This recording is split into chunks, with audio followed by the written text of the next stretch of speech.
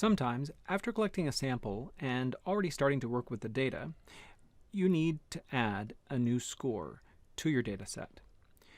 This is a question where that's happening, and I'm going to show you how that affects the mean.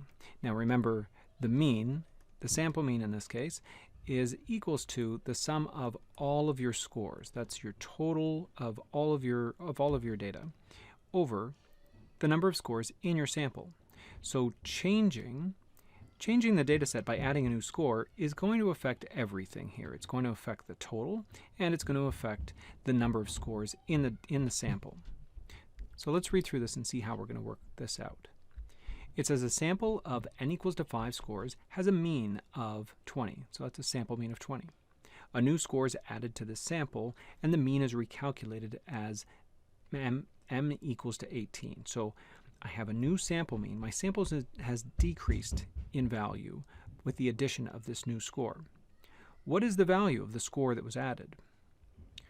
Now the trick to working out the answer to this question is to realize that the mean is made up of two parts. I need the total of all of my scores, and I need my sample size. This sum of all the scores, this part here is going to be how we work out what that score was. Think about it this way.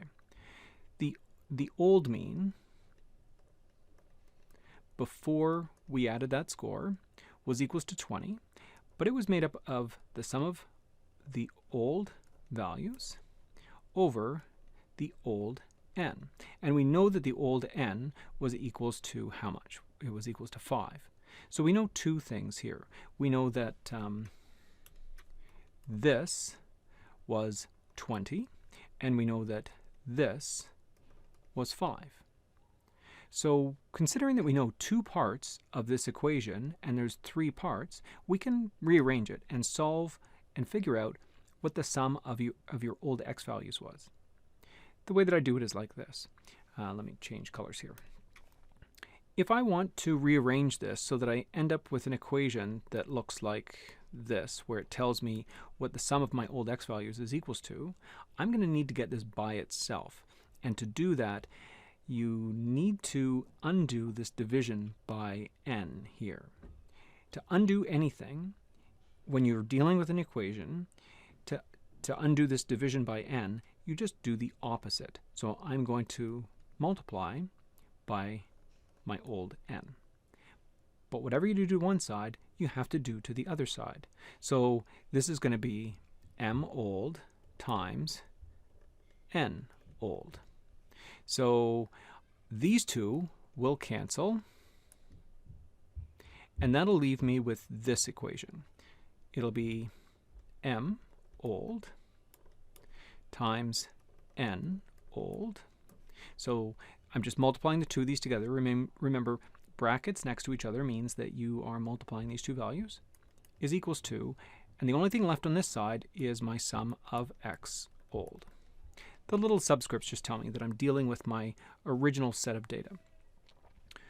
Now, I want it to be set up this way, but you can always flip things around with an equal sign. So if this stuff multiplied equals to the old sum of x, then the old sum of x equals to this stuff multiplied.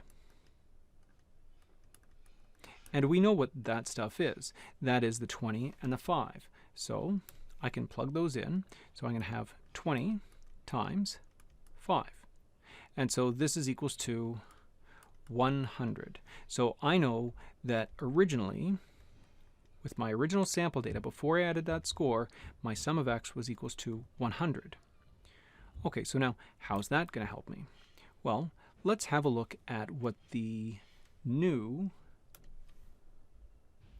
mean will be equals to. The new mean is going to be equals to the new total over the new sample size. But we know what the new sample size is.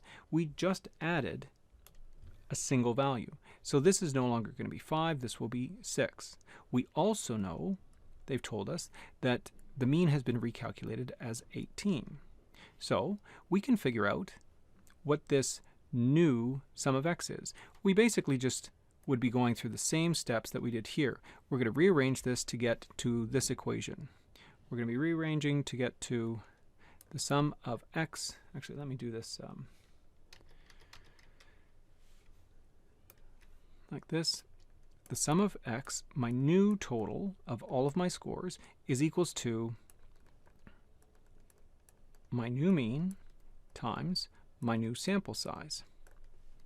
We know both of those. The new mean is 18, so this is going to be 18. My new sample size is 6. So 18 times 6 is, I believe, 108. Let me double check that. 18 times 6. Yes, it's 108. Okay, so what does that do for me? We'll have a look at the difference between the old total and the new total. It used to be that all of my data totaled up to 100, but then I added a single score, and now it totals up to 108.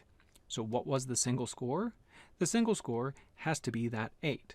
There's a new 8 added to the 100, and we added a single score, so that new score is 8. So x equals to 8 is my new value.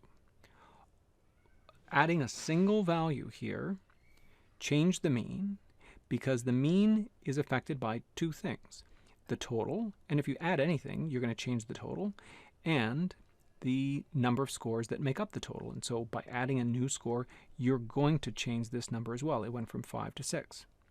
The same would have been true if we had taken a score away. We not only would have taken away from the total here. So if I had taken one of the scores away, I no longer would have 100. And also, I would no longer have 5 scores. I would only have 4 scores. So you would just go through the same process. So make sure you understand this question. I'll make sure that I have another example of this in my practice questions. And I say that just because I feel like this is the sort of thing that would be perfect to ask on a test for this chapter.